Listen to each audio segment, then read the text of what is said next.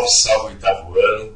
Vamos dar início então à nossa videoaula falando aí do capítulo 2 da unidade 7, os Estados Unidos no século XIX, no ano de 1800. Bem, nós vamos estudar esse capítulo falando sobre a história norte-americana, pois a independência dos Estados Unidos e a política externa norte-americana ela vai influenciar diretamente na política e na economia dos países latino-americanos.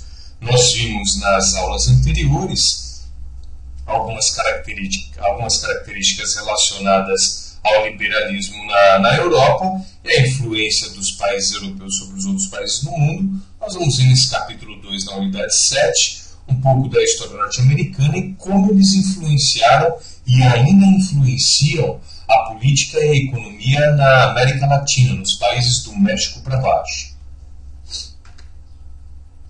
Vocês têm aí os conceitos a serem assimilados do capítulo 2 da unidade 7, para poderem estar estudando em casa. Bem, vamos começar a tentar entender um pouco aí, então, a história norte-americana. Nós vamos ver que num período de 50 anos, a população norte-americana vai ter um crescimento significativo, principalmente com a entrada de imigrantes europeus. Como nós vimos no capítulo anterior, Itália, Alemanha estavam passando por um processo de unificação e a grande porção ocidental aí da Europa estava em conflito. Nós tivemos as guerras napoleônicas no início de 1800, em 1815 nós temos o fim das guerras napoleônicas, nós vamos ter as revoluções liberais a partir de 1848, 1870, nós vamos ter a unificação da Itália e da Alemanha. Isso vai fazer com que muitos imigrantes europeus venham para a América em busca de um ambiente pacífico para começarem, para iniciarem aí uma nova vida. Dessa forma, novos territórios começaram a ser incorporados ao território norte-americano. Exemplos: Louisiana e a Flórida foram comprados da França e da Espanha, respectivamente, em 1803 e 1819. O estado do Oregon foi cedido pela Inglaterra em 1845. O Texas, anexado na guerra contra o México em 1840. O Texas anexado em 1845 e o seu território aumentado em 1848 com a guerra contra o México, além da incorporação dos estados do Novo México e da Califórnia. A incorporação dessas novas terras possibilitou aos norte-americanos aumentar a sua produção de alimento, ampliar a sua área de pastagem para a criação de gado e estimular aí a busca por metais preciosos, principalmente o ouro. Nesse processo de conquistas das terras do oeste, inúmeras tribos indígenas foram expulsas e dizimadas, muito parecido com o que aconteceu aqui no Brasil com a chegada dos portugueses. Nós tivemos também em território norte-americano um genocídio, o fim de algumas tribos, de algumas comunidades indígenas no oeste norte-americano. Nós vamos ter também, contribuindo para essa marcha para o oeste, a ideia do chamado Destino Manifesto. Os norte-americanos, ou os colonos norte-americanos, eles acreditavam que estavam destinados a levar uma política civilizatória para o oeste do seu território. Eles acreditavam que eles eram predestinados a ocuparem as terras a oeste. Nós temos aí um mapa, que vocês podem ver também na apostila de vocês, da anexação dos territórios norte-americanos desde a criação das 13 colônias até mais ou menos 1890, aproximadamente 1890. Vocês podem ver aqui então que o território norte-americano inicial, original, começa aqui com as 13 colônias, e a partir das 13 colônias o que nós vamos ter é a ocupação do oeste norte-americano, Louisiana, Minnesota, Texas, Oregon, Califórnia, Nevada, territórios que foram sendo anexados aos Estados Unidos logo depois da sua independência no ano de 1776. Essa expansão para o oeste norte-americano vai contribuir para a construção da identidade do povo norte-americano. Essa ideia da conquista do oeste era considerada uma epopeia, e epopeia nada mais é do que algo extremamente difícil, uma jornada extremamente difícil. E essa jornada extremamente difícil construiu nos norte-americanos esse sentimento patriótico, esse sentimento de nacionalidade. Com a marcha para o oeste e com a formação do território norte-americano, nós vamos ter aí três regiões distintas nos Estados Unidos. A porção nordeste, norte com leste, vai ser marcada aí por um grande desenvolvimento industrial e urbano. A porção sul, nós vamos ter basicamente uma economia baseada na agricultura e o uso da mão de obra escrava, e principalmente voltado aí nas plantations, que são as grandes propriedades de terra com uso de mão de obra escrava, monocultura e a produção voltada para a exportação. Nessas fazendas se produzia principalmente algodão e tabaco, que tinham um valor significativo na Europa, e na porção oeste do território norte-americano o que nós tínhamos eram pequenas propriedades, pequenos agricultores. Essas diferenças, principalmente entre norte e sul, vão resultar posteriormente na chamada Guerra de Secessão, que foi um enfrentamento entre os Estados da União, que eram os Estados do Norte, e os confederados, os Estados do Sul.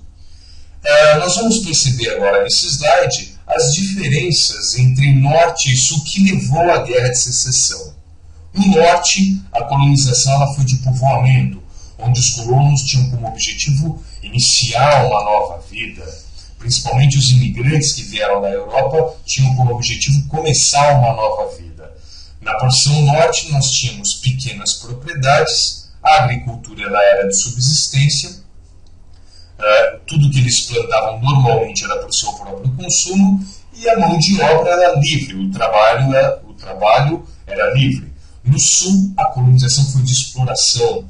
O objetivo era explorar ao máximo as riquezas naturais e minerais das terras do sul do território norte-americano.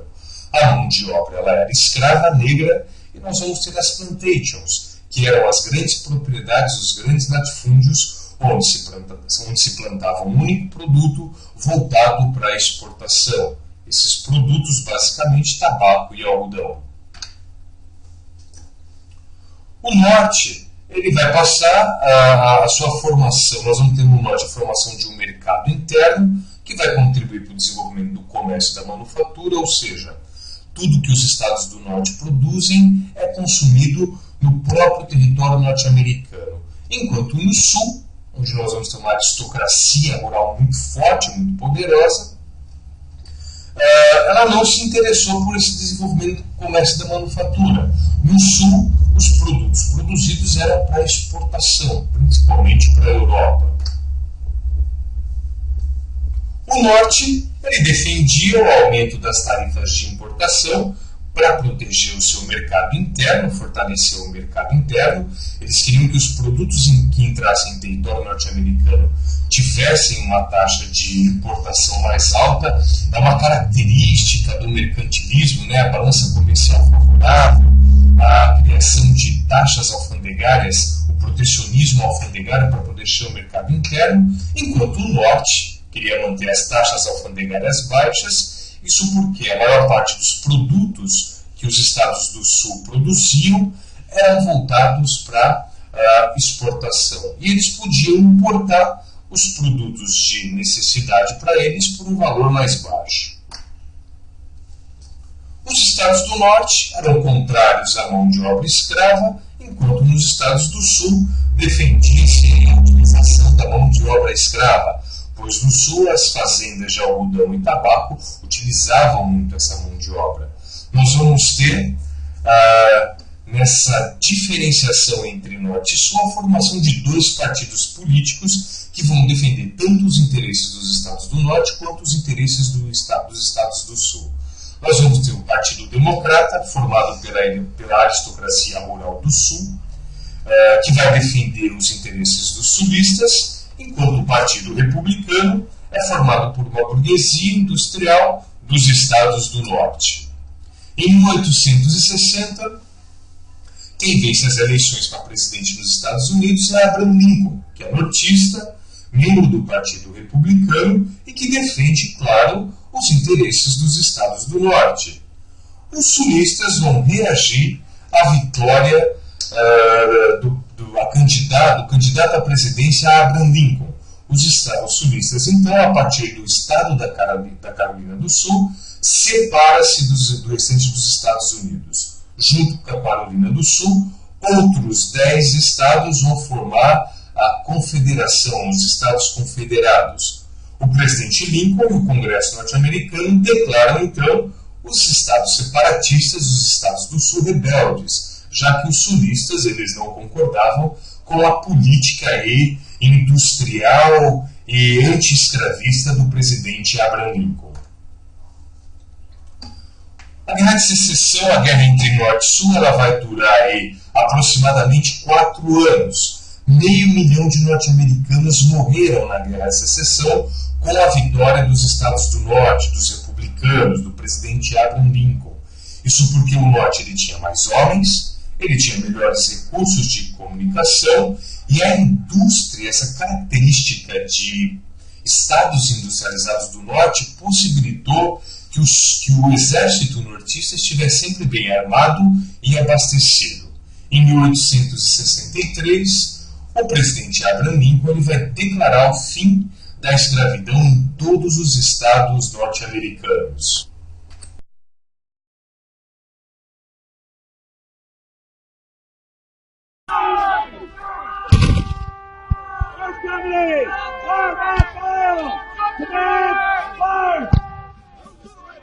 Nunca antes, nem depois, tantos americanos morreram num só conflito.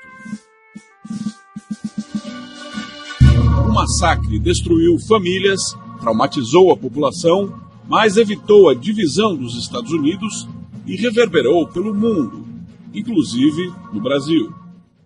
Foram 5.000 batalhas sangrentas com a justificativa de acabar com a escravidão, dando direitos iguais a negros e brancos.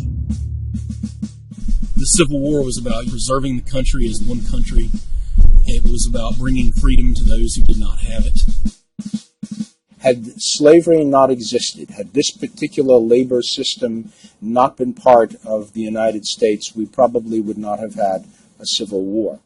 1 século e meio depois, as feridas abertas nessa guerra ainda não cicatrizaram nas ruas da América.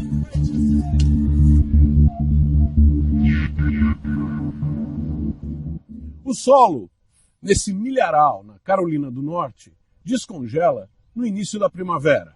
É o início de um novo ciclo de crescimento.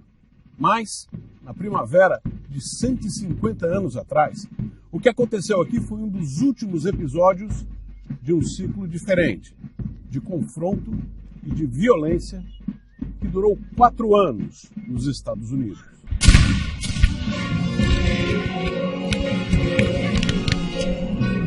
Esse estado, no sul do país, encenou esse ano uma das últimas grandes batalhas da Guerra Civil Americana na cidade de Bentonville.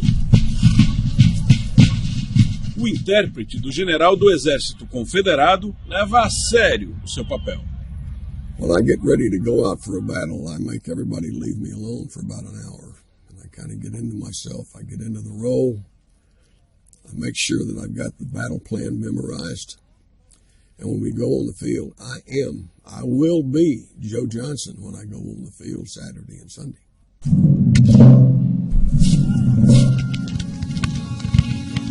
The war was months to the end. Why did the South insist on this stand? We're Southerners. We're a different breed of people. We're Scots, Irish, very determined people. We've got to fight. There's no other way. Fight, that's right, fight. Let the Yankees be the one to ask for peace. The situation's very simple. The Yankees can't fight and we can. You're right. Now, gentlemen, Mr. Butler's been up north, I hear. Don't you agree with this, Mr. Butler? I think it's hard winning a war with words, gentlemen.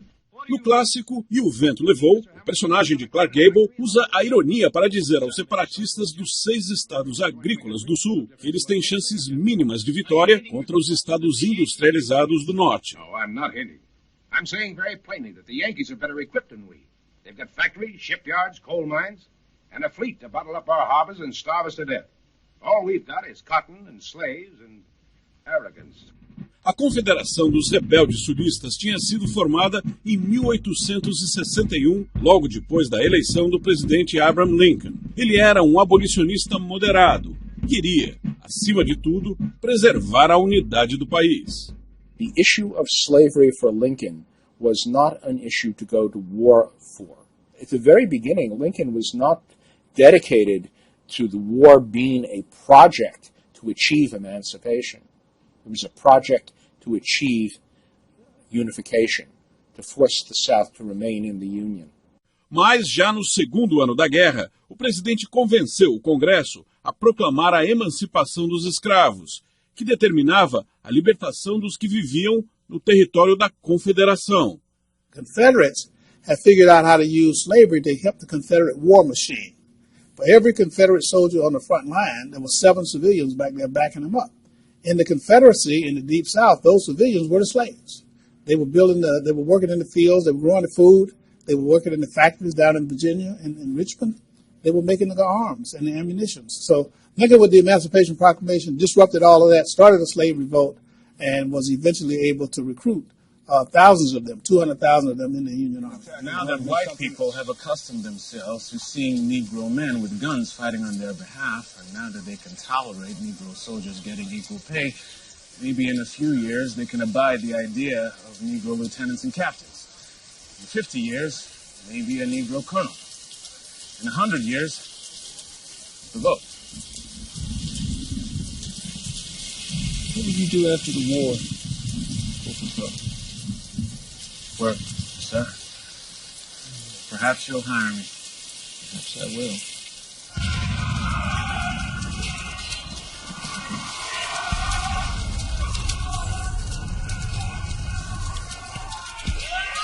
The level of carnage in the Civil War was almost beyond imagination.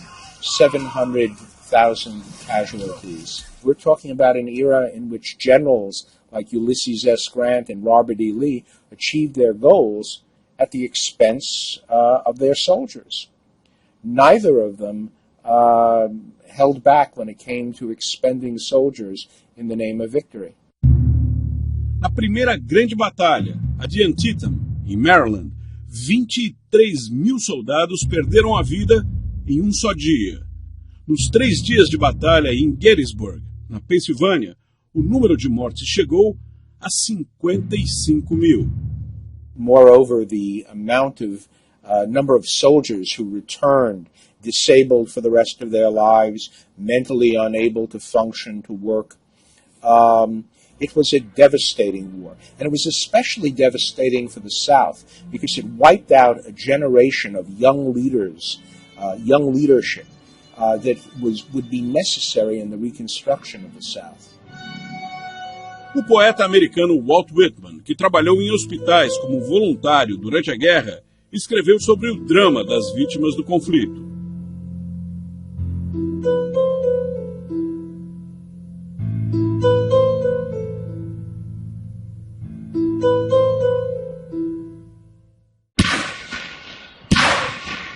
A Guerra da Secessão é considerada a primeira guerra moderna do mundo. Tecnologias novas para a época foram usadas imediatamente no conflito.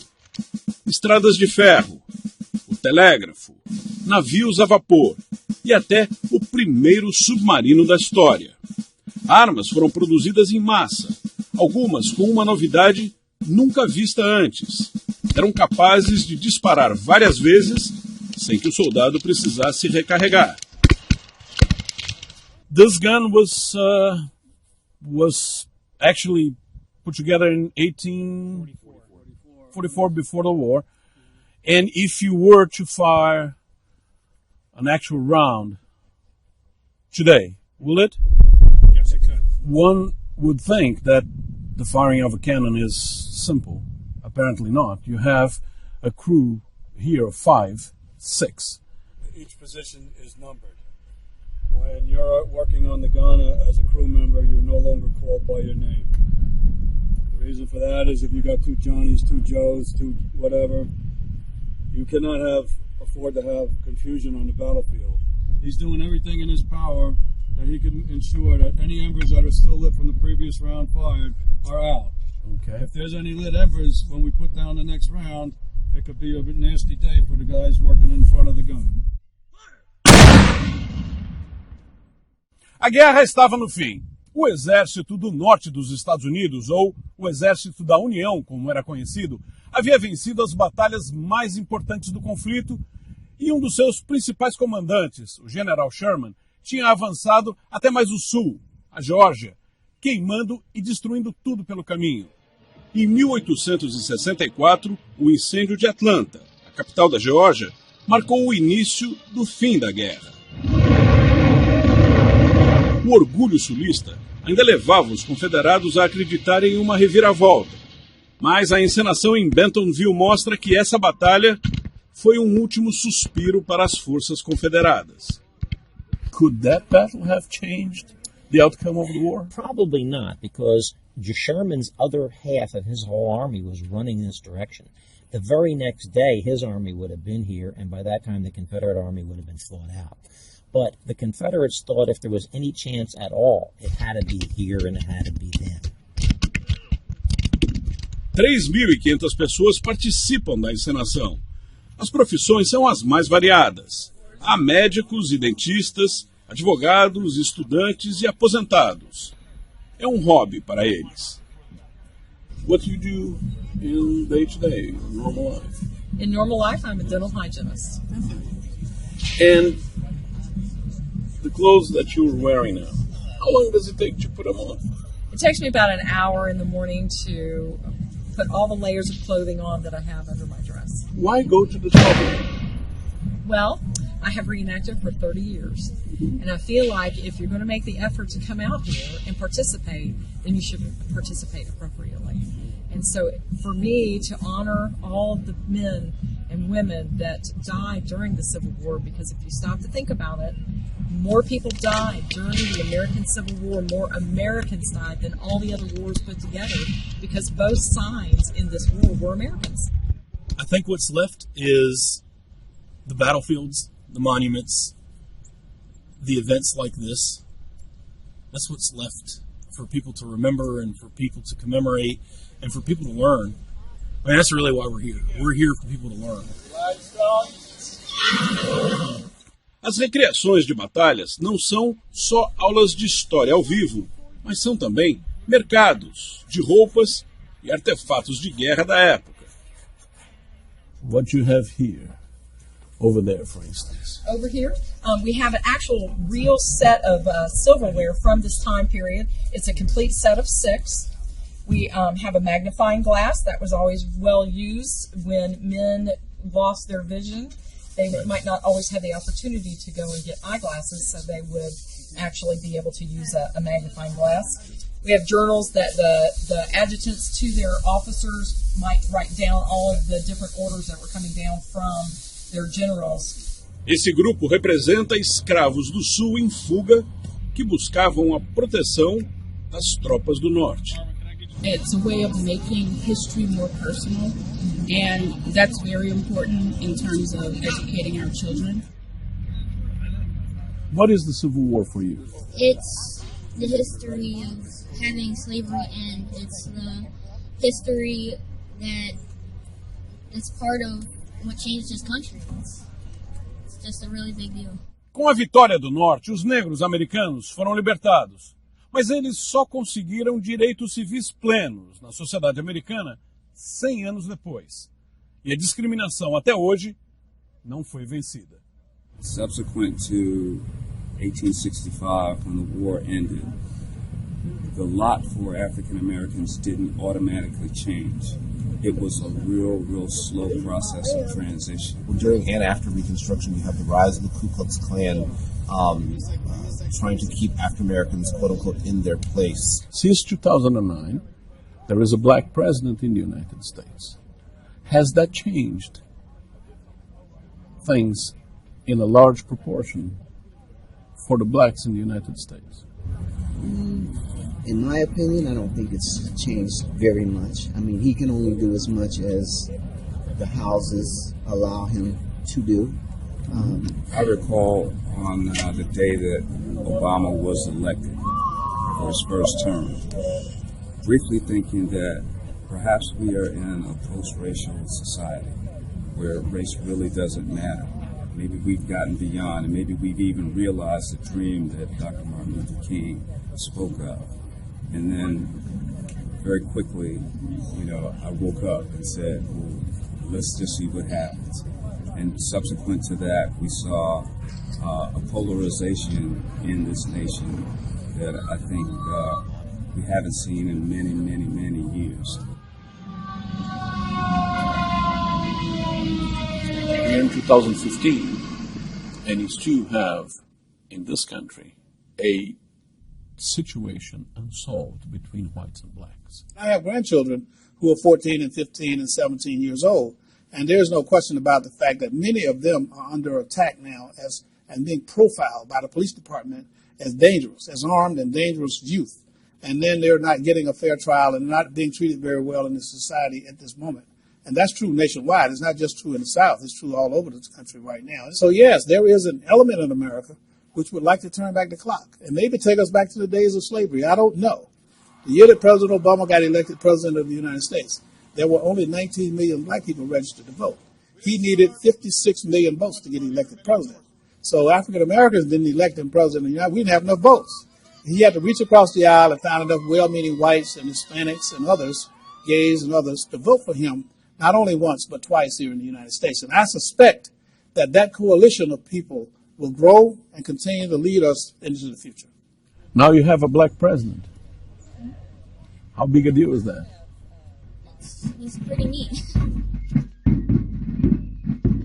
Essa foi uma guerra que começou a partir de um conflito social. Os Estados Unidos poderiam ter se dividido em dois países. Se isso tivesse acontecido, as Américas, o nosso hemisfério, hoje seria muito diferente.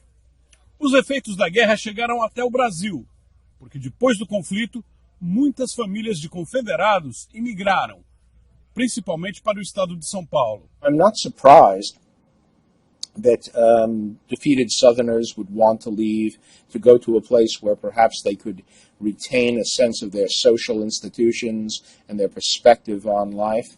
And after all, Brazil was a society that clearly was a place they could, for a while at least, maintain their racial views. Slavery still existed in Brazil, absolutely. A capital do estado ficou na poeira da estrada. Em cerca de 1h30, a gente chega a Santa Bárbara do Oeste.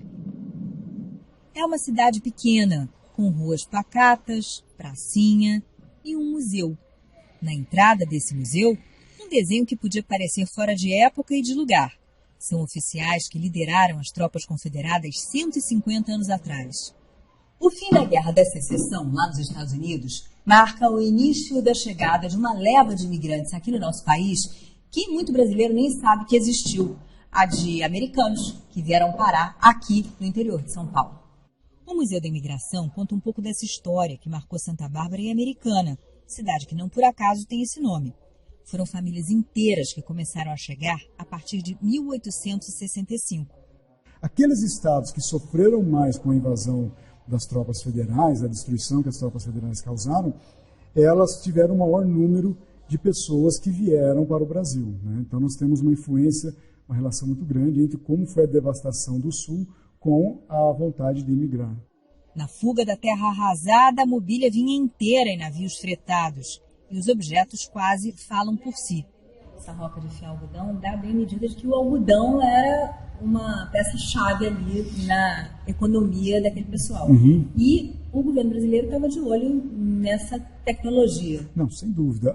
Nós temos o imperador Dom Pedro II procurando melhorar a tecnologia de cultivo do algodão no Brasil, que era uma variedade muito rústica, e ele queria atingir os mercados europeus. E os Estados Unidos, né, o Sul era riquíssimo porque era o maior exportador do mundo em algodão. Então ele viu na tecnologia dos americanos a possibilidade de melhorar as técnicas brasileiras. Então ele já estimulou. Em 1864 ele abriu o escritório de imigração em Nova York e em New Orleans, já para fomentar e fazer propagandas nos jornais sulistas para quem quisesse migrar para o Brasil. Tem umas curiosidades, né? Aqui a gente tem a foto das mãozinhas da avó da Rita Lee. Isso. A gente não sabe, mas era a Rita Lee Jones. Né? E a Rita era a dona Judith McKnight Jones, que era a avó dela. Então, assim, a Rita Lee, ela é um caso de um descendente extremamente famoso. Ela já veio várias vezes na Fraternidade, já veio na Festa Confederada nas primeiras edições. A tal festa é o grande acontecimento de Santa Bárbara do Oeste. A gente chegou à cidade na véspera e pegou o clima dos preparativos. A época do ano, no outono, foi escolhida porque é quando menos chove na região. E a parte mais divertida é o lugar, quase inacreditável. Um coronel confederado trocou os Estados Unidos pelo nosso país. Comprou uma fazenda. Quando a mulher dele morreu, ela não podia ser enterrada no cemitério católico, porque a família era protestante, da Igreja Batista. O sepultamento foi feito aqui, na propriedade. E esse pedaço de terra acabou virando o cemitério dos americanos. É aqui que acontece todos os anos, desde o início da década de 80, uma festa única no Brasil. Entre os que descansam por aqui estão dezenas de militares que lutaram na Guerra da Secessão. Os descendentes também foram vindo para cá. E a festa confederada arrecada recursos para conservar o cemitério. Dona Noêmia é veterana na organização. É curioso, né? Porque um cemitério, que é um lugar onde estão, né, os antepassados de vocês, podia ser um lugar triste, mas na verdade acaba virando um espaço de alegria, né? Então, os nossos antepassados se reuniam aqui há tempos, assim, e para eles ouvirem o pastor falar a palavra. E isso para nós é tão natural, a gente traz as crianças desde bebê, desde que nasce, então é uma coisa natural. Natural, mas com ordem. O cartaz avisa, é proibido sentar nas sepulturas entre várias outras coisas. Já a alguns metros de distância, tem música,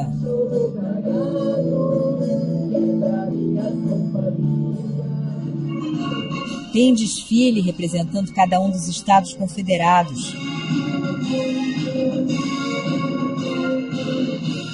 Tem comida típica do sul dos Estados Unidos. E tem uma galeria sensacional de personagens. Sei lá, eu me caracterizei como um general da cavalaria. Eu uso essa roupa aqui desde 99. Quem fez foi a dona Nancy, né, que é minha mãe. E ela que reproduz a roupa do pessoal que enfeita a festa, o pessoal do grupo de dança. Então ela que produz. A gente escolhe o modelo de acordo com os livros de história. E cada um escolhe a sua cor, de acordo com o batalhão. No caso, o meu amarelo é cavalaria. Então eu escolhi essa farda por ser da cavalaria. É claro que a gente tem que registrar esse momento, digamos, histórico. Nem todo mundo que se fantasia é sulista de mentirinha. Esse aqui é casado com uma brasileira. Nasceu na Virgínia e a família é do Mississippi. What do you think about this party here? Wonderful. Absolutely wonderful. I'm a descendant of Confederate veterans myself. And it's nice to see a little bit of the South exist outside of the United States where it's kind of slowly dying. It's also interesting that I'm related to some of the names on the obelisk there too as well. So there's not just a historical connection, but a familial connection. Plus it's cool that it's in Brazil. What's the importance of this party? Why did you decide to come? I'm got into history, and I'm a member of the Sons of Confederate Veterans.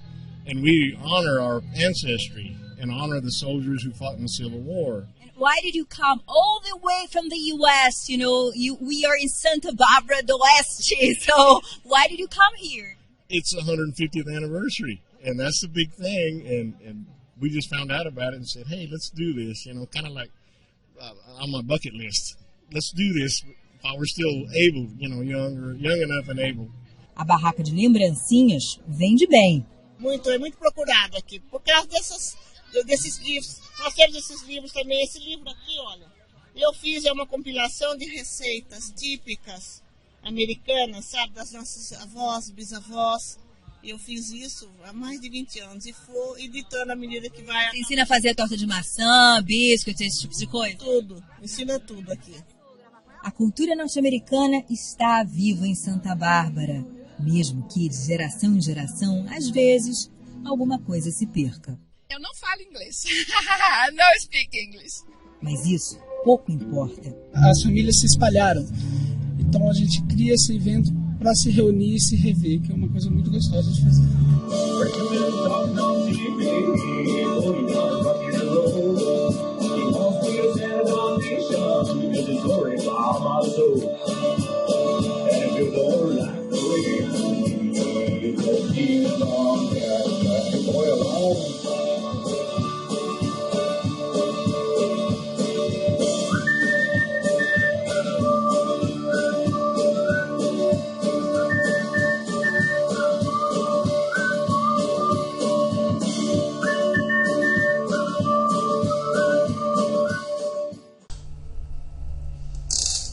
A partir aí, depois do fim da Guerra de Secessão, o que nós vamos ter aí dos Estados Unidos com os demais países é um isolamento com relação à Europa. Os norte-americanos querem blindar a sua economia da entrada de produtos europeus e se aproximar dos países da América Latina, com o objetivo de intervir militarmente e politicamente nos estados latino-americanos, nos países latino-americanos, para tornar esses países dependentes da economia norte-americana. É a chamada doutrina Monroe, quando o presidente norte-americano James Monroe, que governou os Estados Unidos de 1817 a 1825, ele diz que a América é para os americanos. O objetivo dele era repelir a interferência europeia aqui no continente americano. Mas o interesse dele era claro: isolando a Europa da América, os norte-americanos vão poder intervir, influenciar na política e na economia de todos os outros países americanos. Nós vamos ter também aí o chamado corolário Roosevelt, com o presidente Theodore Roosevelt, no ano de 1904, que vai contribuir para a política imperialista norte-americana. Com o corolário Roosevelt, nós vamos ter aí os norte-americanos agindo militarmente em países latino-americanos que colocassem os seus interesses políticos e econômicos em perigo. Um exemplo disso nós vamos ver em 1949, e que vocês vão estudar no nono ano comigo, quando os norte-americanos eles tentaram derrubar do poder o presidente de Cuba, Fidel Castro, que havia assumido o poder em 1949 através de um golpe socialista. Ele envia militares da CIA para Cuba, isso em 1949, para tentar derrubar o governo aí de Fidel Castro. Nós vamos ter, nessa base do corolário Roosevelt, a chamada política do Big Stick, a política do grande porrete, onde os norte-americanos eles vão forçar os países latino-americanos que não contribuíssem com a sua política e com a sua economia. Eles vão usar da sua grande força e influência política e econômica para fazer com que os países latino-americanos se subjuguem ao seu poder. Isso é uma prática imperialista. Ainda hoje é muito comum essa prática imperialista no mundo todo.